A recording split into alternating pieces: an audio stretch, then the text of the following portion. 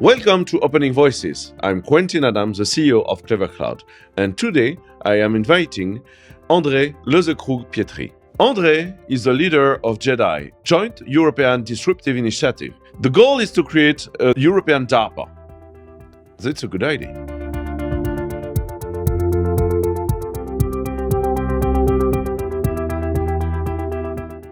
So, we're still with André to talk about what is JEDI and what is DARPA, and the tech in Europe. This is still the pilot beta program, and we still are talking in English, and if you listen another language, it's deepfake, and we know it. So, and we approve this message. And we approve the message. And I hope I have a good Italian. As we see last week, JEDI is inspired by the DARPA agency.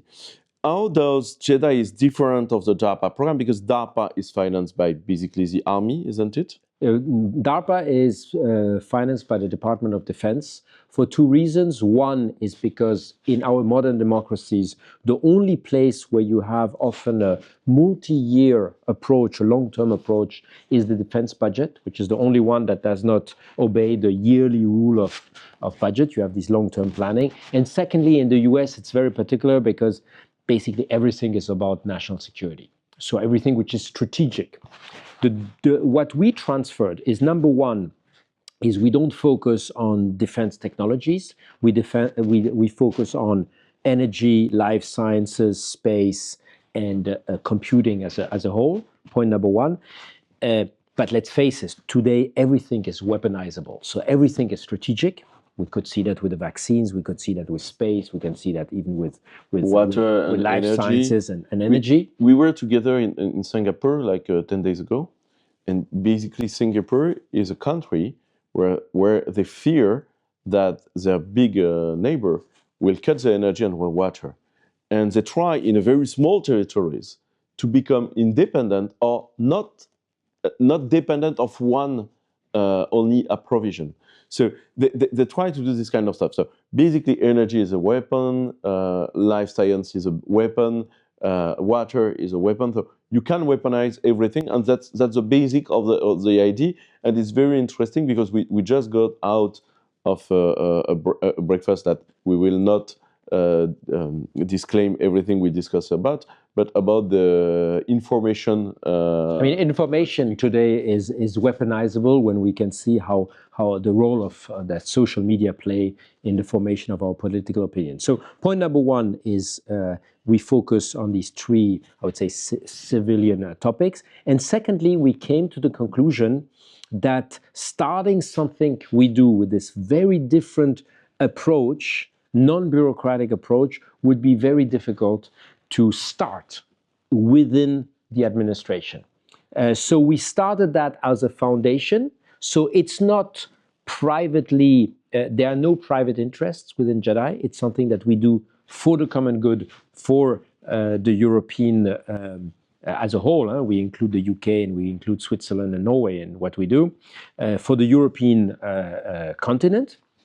But we do it outside as a foundation because we realized that if you try to change the way the administration works with its procedures, with its procurement rules, and unfortunately sometimes with its slowness, at the moment where you need agility, where you need boldness, and when you need capacity to take risks, we started it outside. It's really you can call it an unknown political object, JEDI, because basically we do something what the state or the EU should do.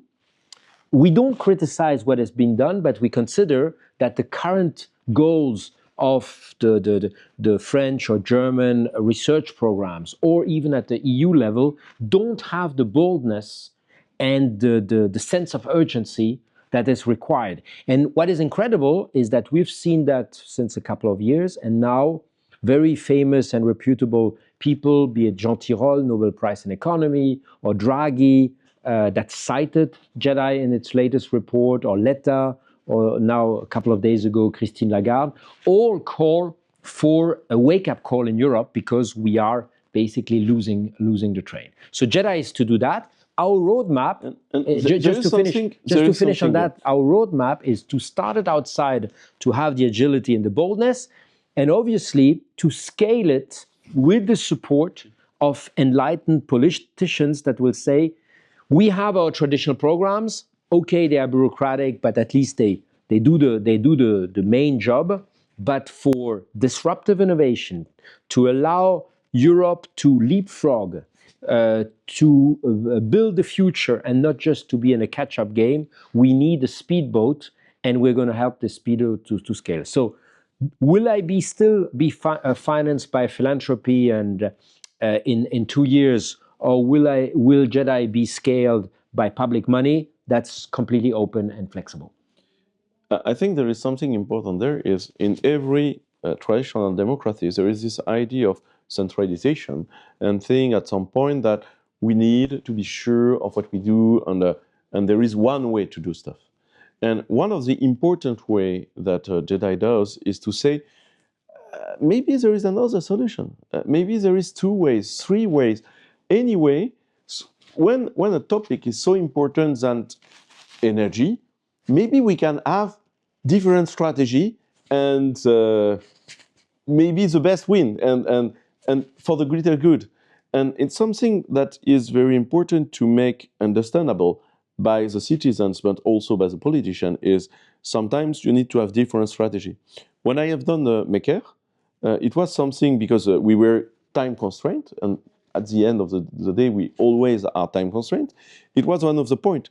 We were exploring 3 or 4 solutions to the same problem at the same time, and every 2 or 3 hours, make the assessment on which one is promising and which one we kill right now, refocusing our resources to the next one.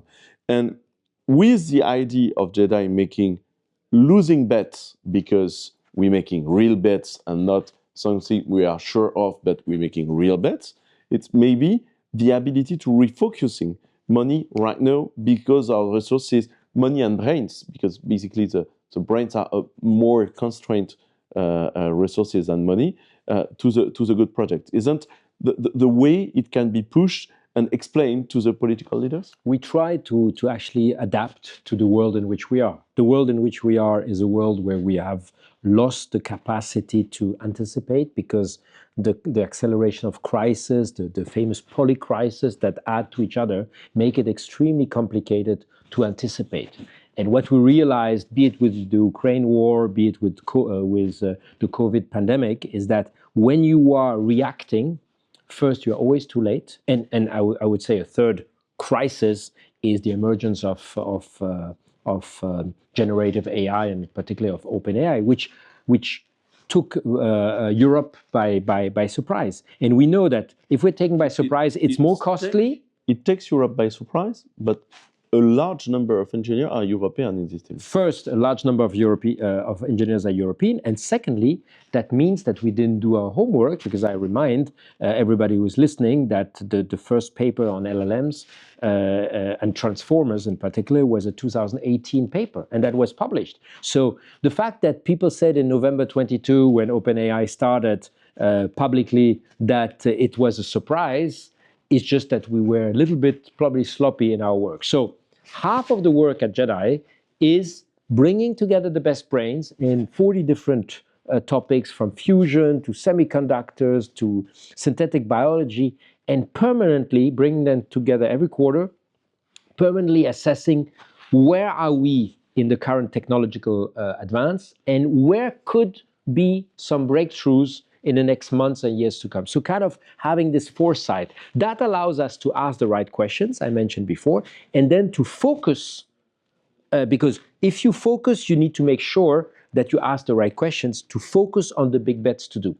And then, last point, instead of saying the future of AI will be LLMs, well, nobody knows. Actually, more and more people think that LLMs is just one step, and that maybe the future will be on different ways of doing artificial intelligence.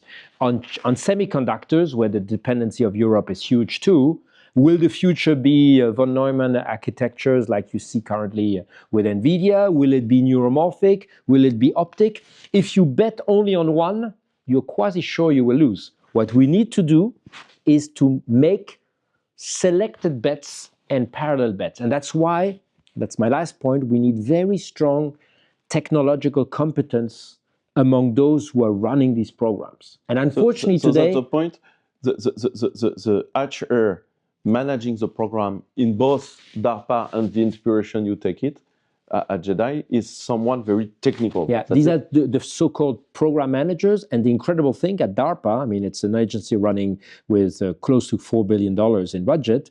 You have 75 program managers. Each of them have 2 or 3 staff. So it's an agency with 200 people, not 250 people and more. It's very, very small, very small. So for the whole US. For the whole US. And right now in the JEDI, and we have currently 8 program managers. So we begin to be at the level and to focus on these program managers. They are often, they're always very strong scientifically or technically in terms of competence. They have a great curiosity because we see that most of the disruptions currently happen at the intersection of different disciplines. And look at the recent Nobel Prize in chemistry. These are computational scientists, 2 from DeepMind, who basically won the chemistry. So chemistry, computation, is Tesla a software and automotive company?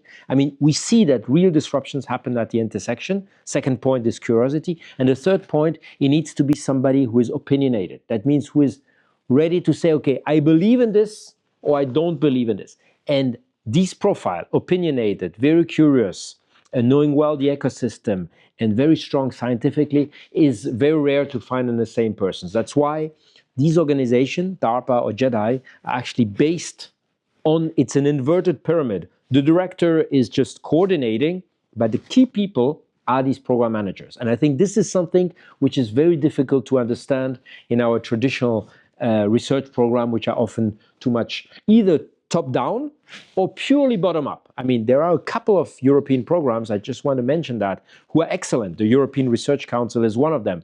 But it's purely bottom-up. You're a great scientist, you go there, and if your project is interesting, you get funded. We need to keep these programs. But the problem, it does not allow to focus on certain societal and strategic challenges that we have. And when you say it's opinionated, it's something important, I think. In most of recent democracy, with the transparency and something which is a voluntarism of making very transparent for the citizen, the personal opinion of someone which have dedicated his life to the public servant is basically crushed. You ask them to do a decision that cannot make any contestation, and you crush the decision of this guy. With this, when you say the program manager is opinionated, his opinion is actually listened, so he can say, we stop the program or we don't go there because I don't trust this technology. I'm able to understand the technology and I say, no, this is not the way, we'll refocus on that. That's it? I will give you the example of what happens again during COVID. Before 2020, there was a scientist that got the Nobel Prize, Kathleen Carrico, that was working on RNA. And RNA, I mean, nobody really believed in it. She had a postdoc and was basically alone in her lab in Penn State. Then COVID happened. The rest is history now. And she was.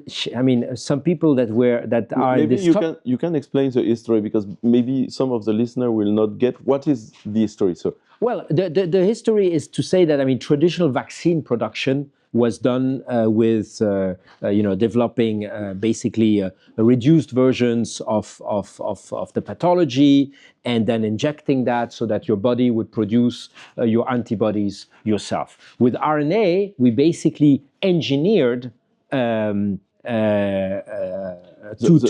produce for us and to do that at scale. I mean, this is a very, very simplified version. But the paradox is that today, in 2024, when you do vaccines today that are not RNA-based, again, you have a very difficult time to get funding. So we do the same mistake again. We are relatively bad in our modern societies to actually include the unknown, include the black swan, include the non-linear approach to things. And we see increasingly in our disruptive world or disrupted world, that crises are difficult to anticipate. So how do you include that in your program? You need to have people who are ready to take bets. And so, for example, at DARPA or JEDI, you don't have any scientific councils, because the more people, even very competent, you put around the table, the less you will be able to have a really strong outlier version. I will go even further, and I know this is a debate within the scientific community. You know, today, the way scientists are judged is according to the H factor, to the way they are cited by others. And so it's very, very difficult, number one, to be interdisciplinary, because each are often in their silos. And we talked about the fact that disruptions happen at intersection. And secondly, if you are not in a traditional discipline, it's very difficult to actually go to topics which are outside. And that was, by the way, the history of quantum 40 years ago, because quantum was considered a total outlier compared to traditional physics. If you hear to Alain Aspect, he will tell you the same story. It needed somebody that was very opinionated to have him work on his program. And again, the rest is history. This is what we try to basically systematize as JEDI, is to have people, basically we follow, on that one we will follow a tech giant from the US. Remember the famous word of Steve Jobs, don't ask great people, don't tell great people what they need to do. We recruit great program managers and they tell us within certain big domains, biology, AI, or semi-conductors, what are the topics that they think are the most interesting to work on. That's a very interesting conclusion for this week. And next week we will talk about the difference of the technical readiness level. Thanks for listening Opening Voices. We will continue in a few days the interview with André Loesekrug-Pietri from JEDI. So subscribe to the YouTube channel or the podcast to continue with us.